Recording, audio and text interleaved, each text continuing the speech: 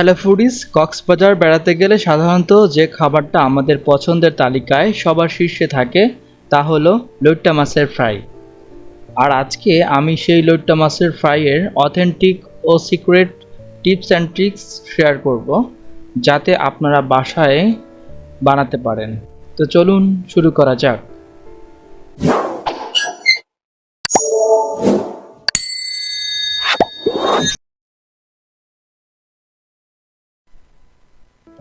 সবার প্রথমে এখানে আমি 300 গ্রাম লইট্টা মাছ নিয়েছি এবং মাছটাকে কেটে পরিষ্কার করে নিয়েছি। এখানে দিয়ে দিচ্ছি আদা বাটা 1 চা চামচ, রসুন বাটা 1 চা চামচ এবং অ্যাড করে নিচ্ছি সাদা সরিষা বাটা 1 চা চামচ এবং পরিমাণ মতো লবণ দিয়ে দিচ্ছি। লেবুর রস দিচ্ছি একটু, একটা লেবুর এক ফালি আমি কেটে নিয়েছি, রসটাকে এখানে দিয়ে দিচ্ছি। এবার সবগুলোকে সুন্দরভাবে মিশিয়ে নিব, মাখিয়ে নিব। দেখতেই পাচ্ছেন খুব স্মুথলি সুন্দর করে মাখিয়ে নেবেন ভালোভাবে। মাখানো শেষ হয়ে গেলে আমি আধা ঘন্টা রেস্টে রেখে দেব ম্যারিনেট করে।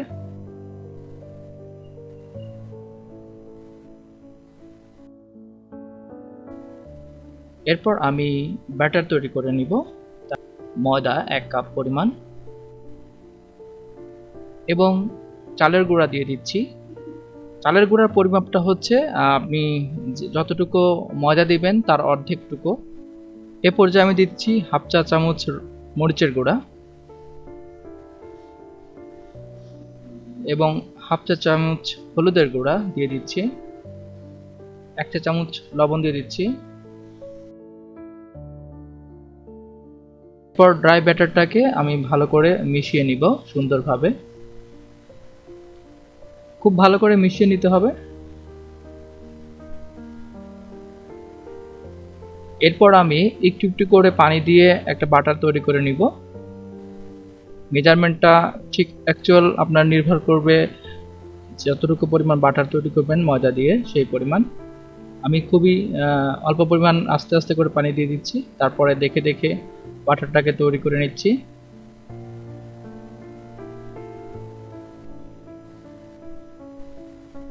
আমি আঙ্গুলের সাহায্যে একটু দেখে নিচ্ছি বাটারটা আসলে মাছের সাথে কতটুকু লাগবে। হয়ে গেছে, আমি তারপর মাছগুলোকে ডুবিয়ে দিচ্ছি বাটারের মধ্যে। আমি সবগুলো মাছকে এভাবে দিয়ে দেব।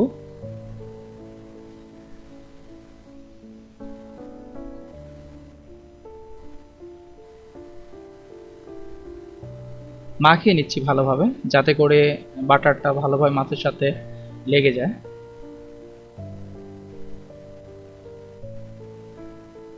এরপর আমি একটা প্যানে পর্যাপ্ত পরিমাণে সয়াবিন তেল দিয়ে দিচ্ছি, কারণ এই মাছটাকে ডিপ ফ্রাই করতে হবে, ডুবো তেলে ভাজতে হবে, সে কারণে পর্যাপ্ত তেল দেওয়া প্রয়োজন।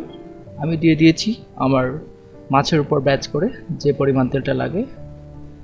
এরপর তেলটা গরম হতে শুরু করেছে। তেলটা যখন গরম হয়ে যাবে আমি ঠিক তখনই আমার সেই ম্যারিনেট করে রাখা মাছগুলোকে তেলের মধ্যে ছেড়ে দিব। হ্যাঁ, তেলটা গরম হয়ে গেছে। আমি এই পর্যায়ে একটা একটা করে মাছগুলোকে ছেড়ে দেব তেলের মধ্যে। ছড়িয়ে ছড়িয়ে দিবেন তেলের মধ্যে, যাতে করে একসাথে মাছগুলো একটার সাথে আরেকটা লেগে না যায়, সে বিষয়টা খেয়াল রাখবেন।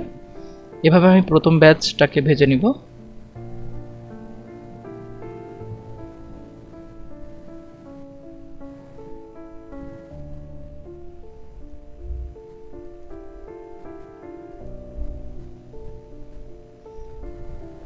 এ পর্যায়ে জালটাকে আমি মিডিয়াম আঁচে রেখে দেব।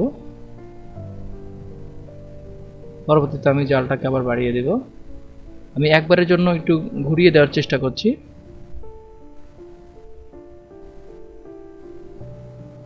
মাছের এক পাশটা ফ্রাই হয়ে গেছে, আমি অপর পাশটাকে ফ্রাই করার জন্য উল্টে দিচ্ছি। দেখুন সুন্দর একটা কালার চলে এসেছে এবং যথেষ্ট ক্রাঞ্চি হয়েছে।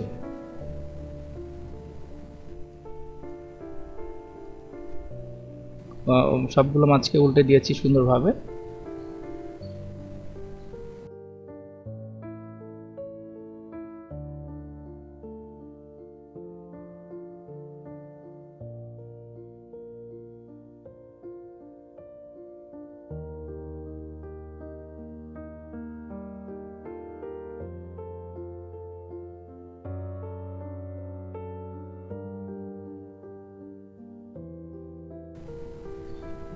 তো দেখুন আসলে খুব সহজেই ঘরে বসে এভাবেই আপনারা রেস্টুরেন্টের স্বাদ পেতে পারেন। বিশেষ করে যারা কক্সবাজার যেতে পারেন না তারা কিন্তু চাইলে এই মাছটা এভাবে নিজের বাসায় ফ্রাই করে খেতে পারেন।